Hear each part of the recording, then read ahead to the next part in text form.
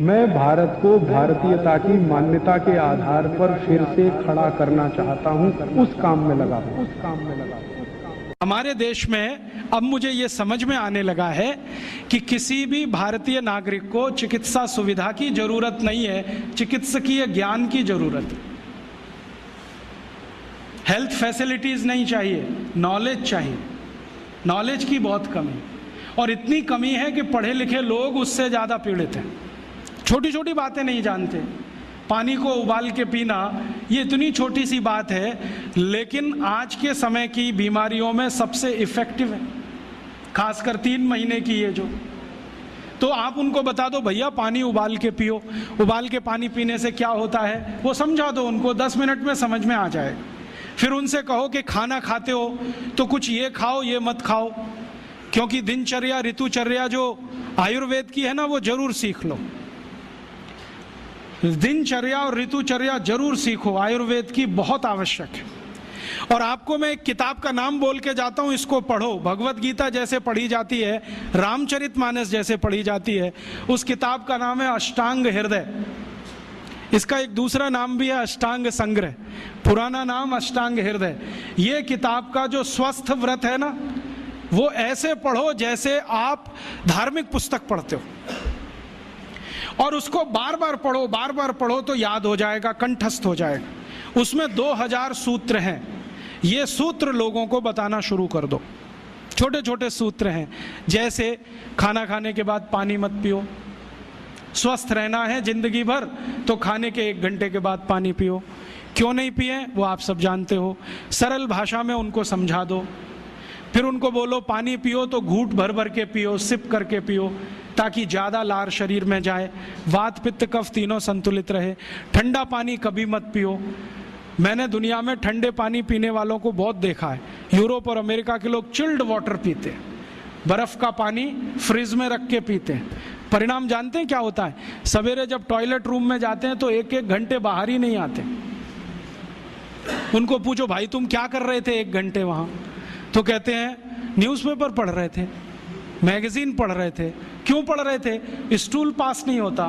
क्यों नहीं होता? कॉन्स्टिपेशन है, जोर लगाना पड़ता है फिर भी नहीं होता। गाना भी गाते हैं मेरे सपनों की रानी कभी आएगी, फिर भी नहीं आती। और अंतिम दुष्परिणाम पता है क्या होता है? उनको पेट साफ तो होता नहीं, तो सांस में से भयंकर बदबू आती है। किसी अमेरिकन यूरोपियन के नजदीक बैठ जाओ, अगर वो लिस्ट्रीन स्प्रे करके नहीं आया तो 1 मिनट नहीं बैठ सकते। हर समय उनको माउथ फ्रेशनर स्प्रे करना पड़ता है, क्योंकि अंतड़ियां साफ नहीं है, कब्जियत है, मल भरा हुआ है, उसमें कचरा जमा है। फिर उनके पसीने में से भी बदबू आती है। क्यों? कब्जियत बहुत है।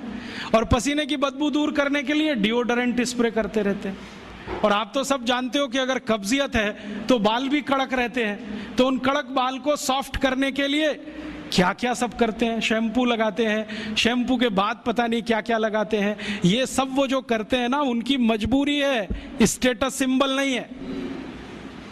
इसको अपने दिमाग से निकाल दो कि ये कोई स्टेटस सिंबल। तो सरल भाषा में समझाओ, ठंडा पानी पीने से ये होता है, मत पियो, समझ जाएंगे। फिर उनको बोलो सवेरे उठो तो सबसे पहले पानी पियो। फिर उनसे बोलो खाना खाओ तो बैठ के खाओ, कभी भी खाना खाओ तो पूर्व दिशा में मुंह करके खाओ, सो तो पूर्व दिशा में। ये अष्टांग हृदय में इतने अद्भुत छोटे छोटी बातें हैं तो संस्कृत में है, लेकिन अब तो उसका हिंदी भी आने लगा है। तो हिंदी ले लो, हिंदी वर्जन ले लो, इसको पढ़ो, बार बार पढ़ो, और ये जाके गांव में सबको बताओ। फिर उनको कहो देखो ये तो है स्वस्थ रहने के लिए, अब तुम बीमार पड़ो तो बताओ तुम्हारी बीमारी क्या है।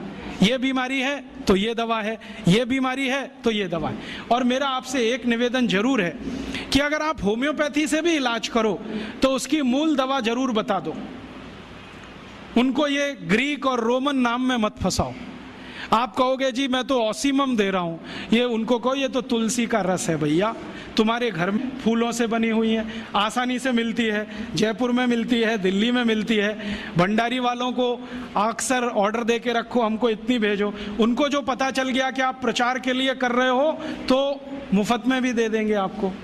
तो इस तरह से आप गांव गांव जाओ, छोटे छोटे शिविर लगाओ, गांव वालों को इकट्ठा करो।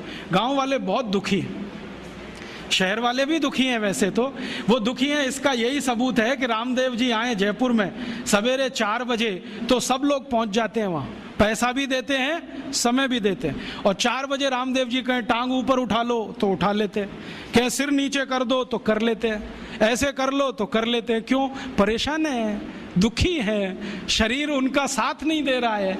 और इतने दुखी हैं कि रामदेव जी तो क्या, कोई टिम्बकटू आ जाए उसी के सामने वो आ जाएंगे, और वो दुनिया भर में घूम के आते हैं अपनी अपनी छोटी छोटी बीमारियां लेके।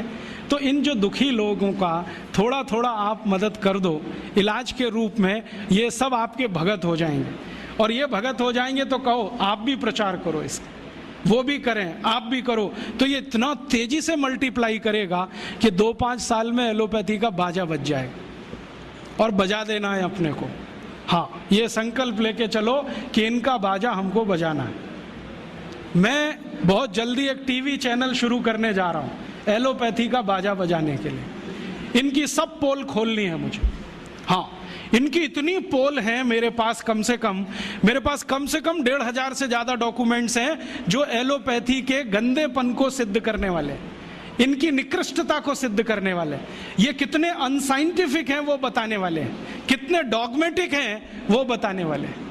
मेरे पास ऐसे बहुत इंटरव्यूज हैं बड़े बड़े डॉक्टरों के, वो कहते हैं कि हम कोई डायग्नोसिस नहीं करते, तीर मारते, लग गया तो ठीक, नहीं तो तुक्का। और वो कहते हैं हम तो एक ही सिद्धांत पे काम करते हैं, ट्रायल एंड एरर, देते जाओ गलतियां करते जाओ, देते जाओ गलती, भले मर जाए पेशेंट उसमें। हमारे पास तो कम से कम ये नहीं है ट्रायल एंड एरर वाला। हम तो जानते हैं कि तुलसी है तो उसके ये गुण हैं तो ये रिजल्ट आना ही चाहिए, मेथी है तो उसके ये गुण हैं तो ये रिजल्ट आना ही चाहिए। हमको सब मालूम है, फिक्स है, यहाँ वेरिएशन नहीं है। मेथी के जो रिजल्ट चरक ऋषि को मिले वो आज भी मिलते हैं, इसमें इतना सातत्य है, वेरिएशन कहीं भी नहीं है। तो जो विज्ञान में सातत्य होता है, सत्य ज्ञान वही होता है। तो हमारे पास जो सत्य ज्ञान है इसको लेकर आगे बढ़ें और इसके अपने जीवन में भी और दूसरों के जीवन में प्रयोग करने के लिए प्रेरित करें। छोटी छोटी कुछ बातें आप भी अपने जीवन में करो। ये एलोपैथी में से निकले हुए जो भी बाई प्रोडक्ट्स हैं ना, इनको जीवन में इस्तेमाल मत करो। जैसे टूथपेस्ट, ये तो भारत का नहीं है ना, ये तो एलोपैथी का है। और यूरोप वाले टूथपेस्ट इसलिए घिसते हैं कि मसूड़े बहुत उनके हार्ड हैं, कड़क हैं, क्योंकि बर्फ के नजदीक रहते हैं। मसूड़े कड़क हैं तो ब्रश जो है ना प्लास्टिक का भी चलेगा, उसको घिसें तो ज़्यादा तकलीफ नहीं आएगी। और दूसरा, उनके पास दांत साफ करने के लिए कुछ है ही नहीं, करें क्या? वो बेचारे परेशान है, नीम का दातुन मिले, यूरोप में नीम होता ही नहीं है। वो परेशान है बबूल का दातुन मिले, बबूल होता ही नहीं है।